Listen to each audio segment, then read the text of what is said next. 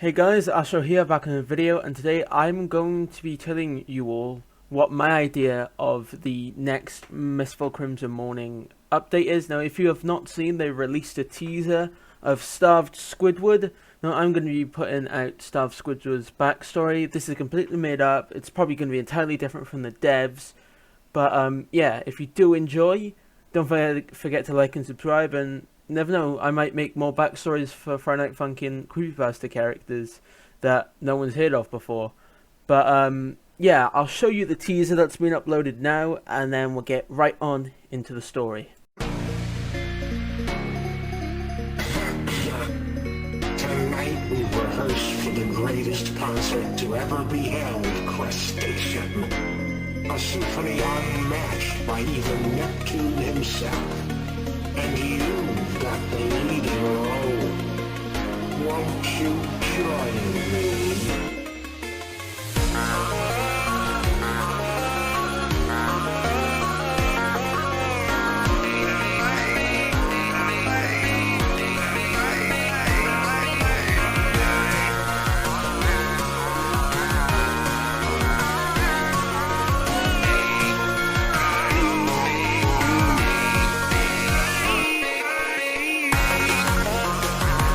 It was a peaceful morning in the lovely city of Bikini Bottom.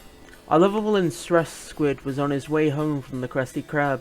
As he was passing by Patrick's rock, he heard giggling and loud noises that he could only assume are coming from his neighbours, SpongeBob, SquarePants, and Patrick Star. Squidward, now knowing he won't be able to relax, decides to sort out SpongeBob and Patrick, but alas, that never happened. Opening the entrance to Patrick's rock, he opened his mouth to start shouting at the pair. But instead he got a mouthful of grey, meaty paste. Disgusted and horrified, Squidward screamed, spat out the paste, and ran to his house. 3 hours later. As Squidward was rehearsing with his clarinet, a bucket flew through the window, filled with the same substance as earlier, although this time it got in his mouth, but Squidward accidentally ate some. Then his taste buds exploded with flavour. What was this delicious paste, Squidward wondered, completely forgetting about the vandals that interrupted his clarinet practice. Squidward looked at the bucket, trying to make out if this delicious paste was bought anywhere. All he saw was in big red letters, the word chum. Now Squidward immediately knew where his new favourite food came from, so he decided to go pay a certain plankton a visit. After Squidward arrived at the chum bucket, he immediately questioned Plankton what this wonderful chum was doing unsolved. Plankton replied that darn the crabs and SpongeBob were always foiling my plans to sell chum.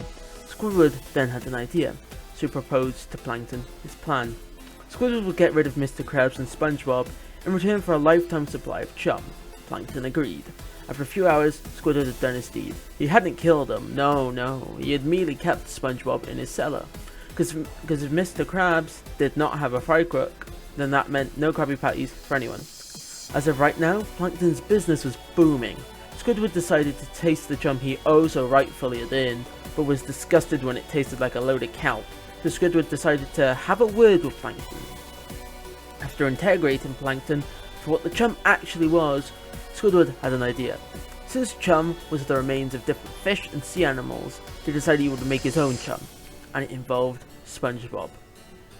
A few days later, Mr. Krabs was wondering where SpongeBob was, since he hadn't been in for more than 2 days, and SpongeBob was never missing from the Krusty Krab. So Mr. Krabs decided to go get the young lad from his home. Upon approaching where SpongeBob's house used to be, was a giant factory attached to Squidward's house. Patrick's rock and SpongeBob's pineapple were nowhere in sight. Now Mr. Krabs thought that SpongeBob and Patrick were probably staying with Squidward due to their houses not being present, but nothing would have prepared him for what he saw. Upon stepping into Squidward's house, the smell of blood immediately hit his nose. He followed it into a cellar-like room, and he must have vomited at what he saw. He saw SpongeBob lying on the floor in his own blood, his lower torso missing, and his eyes rolled into the back of his head, and what seemed to be his insides neatly laid across a table in a bucket named Chum. As Mr. Krabs was about to go get the BBPD, he heard a weak voice behind him saying, "Mr. Krabs, run, he's coming." Mr. Krabs then immediately led beside SpongeBob to try and find out what had happened, when he heard a scratchy voice. "Hello, Mr. Krabs. I see you're admiring my handiwork before the show." Mr. Krabs looked at the voice and saw it was an extremely disfigured Squidward, covered in blood and his skin was bloated. His eyes were now 2 dark holes. Mr. Krabs turned around to Squidward and said, "Mr. Squidward, what have you done?" Squidward replied, "I'm simply going to introduce the world to my new symphony, Chum. But for that, I need SpongeBob out of the way. He was quite delicious, I must add, although I've never tried crab jump before. I guess it is time for me to find out." Now this is where the Star of Squidward would take place. It's Mr. Krabs versus SpongeBob versus Squidward. If Mr. Krabs loses, he gets turned into crab giant. If he wins, who knows what happens. But with that said, that was the end of the story. I hope you do all enjoy. Astronomical, out.